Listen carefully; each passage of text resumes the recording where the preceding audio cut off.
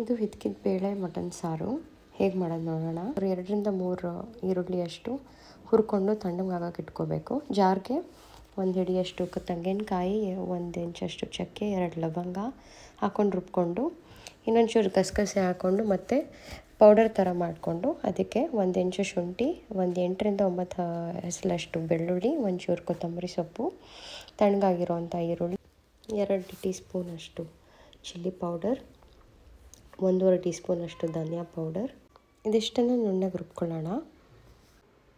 ಈಗ ಒಂದು ಕುಕ್ಕರ್ಗೆ 3 ಟೇಬಲ್ ಸ್ಪೂನಷ್ಟು ಎಣ್ಣೆ, 1 ಎಸಳಷ್ಟು ಬೆಳ್ಳುಳ್ಳಿ, ಒಂಚೂರು ಈರುಳ್ಳಿ, ಇದೆಲ್ಲ ಚೆನ್ನಾಗಿ ಹುರ್ಕೊಂಡು ಒಂದು ಸ್ವಲ್ಪ ಟೊಮೆಟೊ ಹಾಕಿ ಅದು ಮೆತ್ತಗಾಗೋವರೆಗೂ ಹುರಿದು, ಅದಾದಮೇಲೆ ತೊಳೆದಿಟ್ಕೊಂಡಿರೋವಂಥ ಮಟನ್ನು, 1/4 ಟೀ ಸ್ಪೂನಷ್ಟು ಅರಿಶಿನ, 1 ಟೇಬಲ್ ಸ್ಪೂನಷ್ಟು ಉಪ್ಪು ಇಷ್ಟು ಹಾಕಿ ಚೆನ್ನಾಗಿ ನೀರು ಬಿಟ್ಕೊಳ್ಳೋ ಹಾಗೆ ಬಾಡಿಸೋಣ.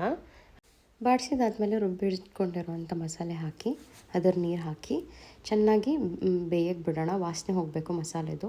ಇನ್ನೊಂದು ಕಡೆ ಹಿದ್ಕಿದ ಬೇಳೆ ರೆಡಿ ಮಾಡ್ಕೊಳ್ಳೋಣ. ಏನಿಲ್ಲ, ಒಂದಿಷ್ಟು ಈರುಳ್ಳಿ ಹಾಕಿ ಹಿದ್ಕಿದ ಬೇಳೆ ಹಾಕಿ ಚೆನ್ನಾಗಿ ಹುರ್ಕೋಬೇಕು. ಈಗ ನೋಡಿ ವಾಸನೆ ಎಲ್ಲ ಹೋಗಿ ಎಣ್ಣೆ ಬಿಟ್ಕೋತಿದೆ. ಈಗ ಇದಕ್ಕೆ ಬಿಸಿ ಬಿಸಿ ಆಗಿರುವಂಥ ನೀರು ಹಾಕಿ 1-2 ಲೋಟದಷ್ಟು ಚೆನ್ನಾಗಿ ಕುದಿಯಕ್ಕೆ ಬಿಡಿ. ಕುದ್ದಾದಮೇಲೆ ಹಿದ್ಕಿದ್ದವರೆ ಹಾಕಿ ಕ್ಲೋಸ್ ಮಾಡಿ 4-5 ವಿಸಿಲಷ್ಟು ಕೂಗ್ಸೋಣ. ಈಗಿದು ಚೆನ್ನಾಗಿ ಬೆಂದಿದೆ. ಇದನ್ನು ಬೇರೆ ಪಾತ್ರೆಗೆ ಟ್ರಾನ್ಸ್ಫರ್ ಮಾಡ್ಕೊಳ್ಳೋಣ. ಅವರೆಕಾಳು ಸೀಸನ್ನಲ್ಲಿ ಈ ಥರ ಒಂದು ಸಾರು ಟ್ರೈ ಮಾಡಿ ನೋಡಿ.